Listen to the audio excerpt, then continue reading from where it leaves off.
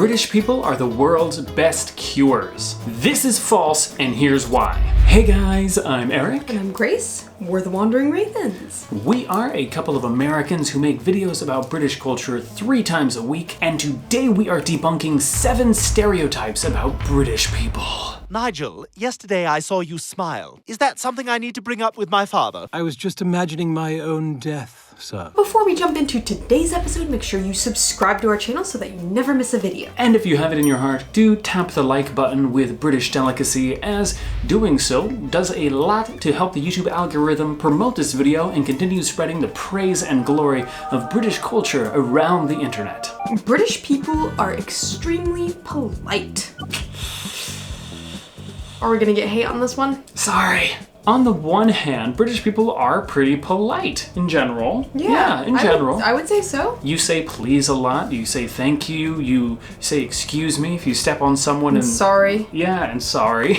A whole bunch. Lots of sorries. So many sorries. I'm so dreadfully sorry. Sorry, everyone. But the stereotype that all British people are polite is just that, a stereotype. It's a generalization because we have met plenty of British people that are extremely passive-aggressive in a very aggressive sort of passive way. If that makes sense. Yes! British people that are extremely critical and hateful of the culture that they're visiting. We've also had Brits try to fight us on multiple occasions, say racist things to Grace on the street, and if you want to hear the story about the rudest, most terrible Brit we've ever met, that video is on our Patreon.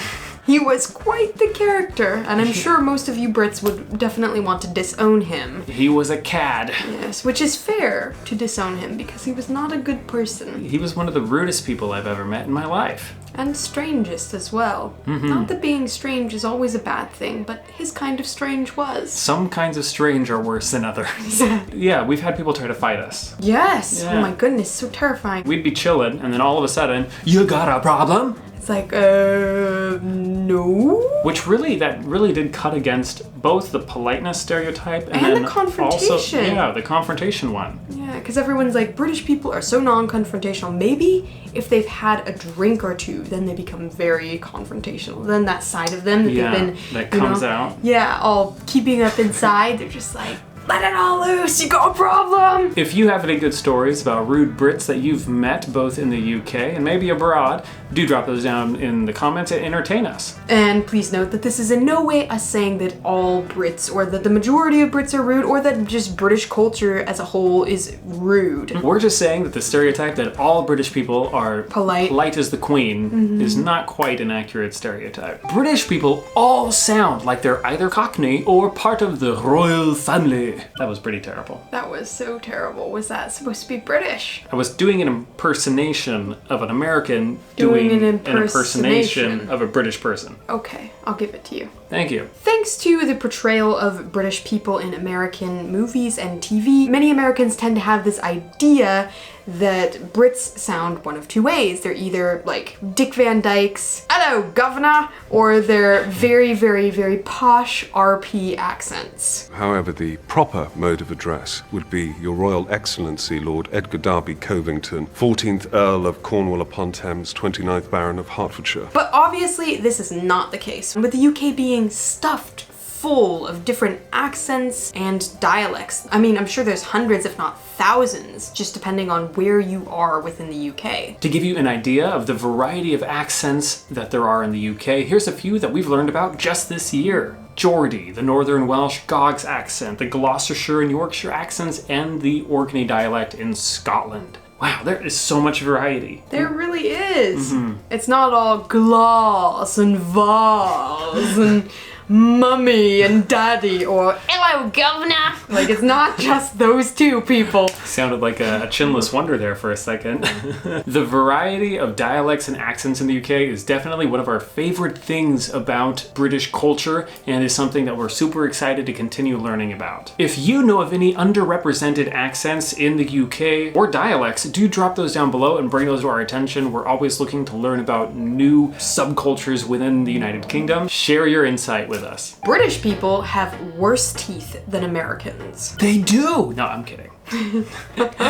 The Big Book of British Smiles. According to the BBC, the stereotype of British people having bad teeth has really hazy roots. People don't really know where the stereotype came from. But one strong theory is that back before World War II and during World War II, dental hygiene in the UK wasn't that great. It was pretty common to hear stories at that time of people just pulling out all their teeth for convenience sake, missing teeth. Convenience sake? How would you chew then? I don't know. That's what the BBC said. That doesn't sound very convenient Sources at all. in the description. And so during that time, American GIs flooded the UK because they were all coming over there to fight the Germans. And while they were in the UK, they were exposed to all of these toothless wonders.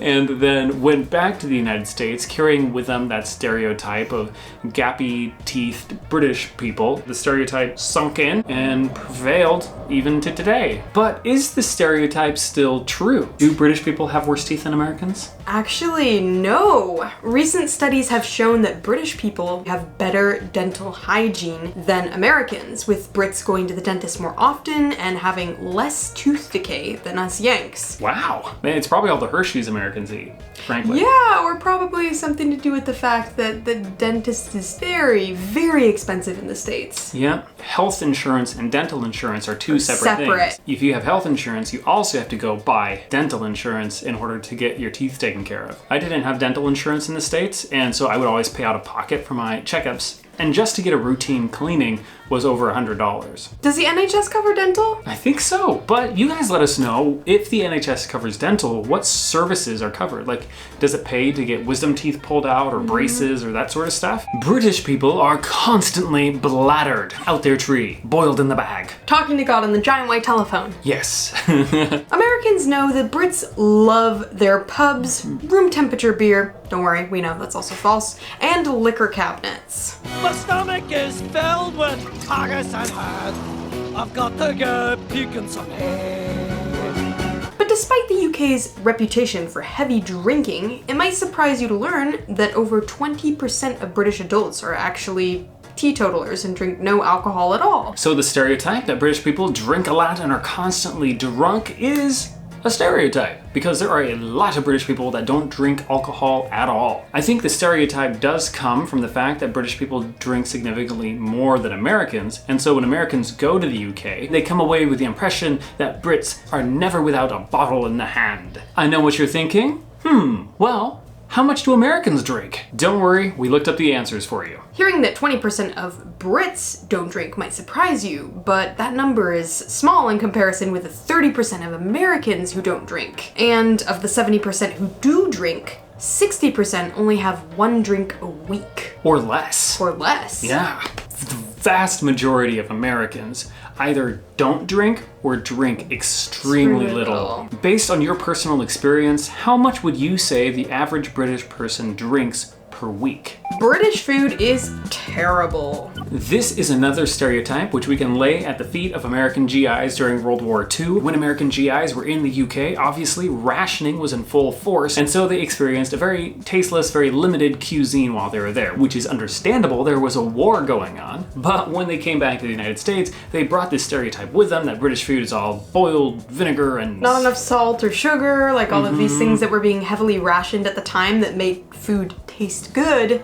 Were lacking, and so they're just like, oh, British food is the worst. And up until this day, people for some reason still believe this stereotype, even though they can just travel over to the UK and try some of that awesome fish and chips and haggis. Oh man, I said awesome and I felt so American. That was very American. Yeah. In case you don't know already, we absolutely love British food. If you want to see some British food videos, do watch this playlist of videos right here. In those videos, you'll hear us expound on the glories of haggis, British cheese, scones. Scones.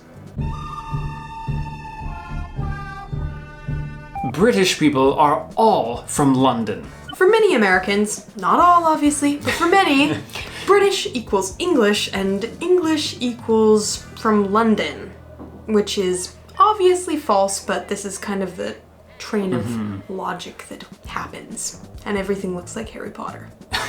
Fun fact, did you know that 13% of the UK's population lives in London? Ooh. So this stereotype is technically 13% of the way true. I'm meeting me mates down at the pub.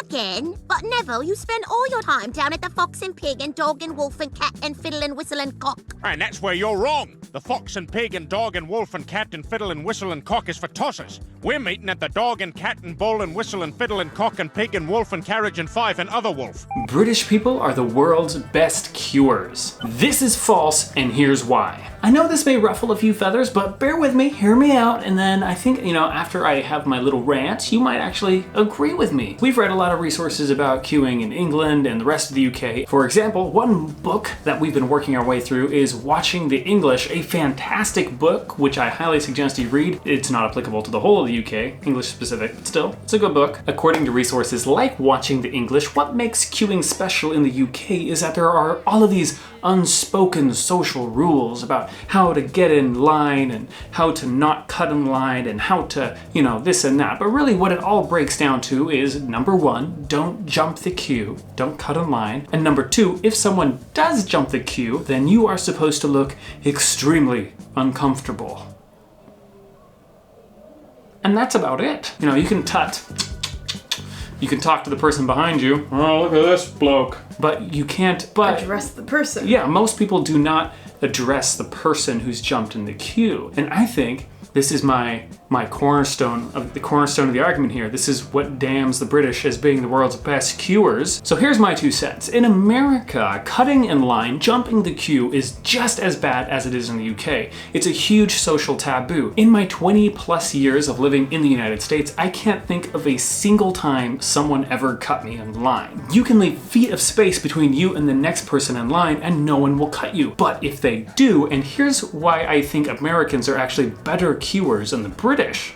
Controversial, I know. Yeah, very controversial. Oh, it's getting hot in here. In the United States, it's perfectly socially acceptable that if someone jumps the queue, you can say, "Oi, chum, there's a line here. Move your caboose to the back." And if they don't fall in line, it's perfectly acceptable to do their knees in with a Hershey's bar.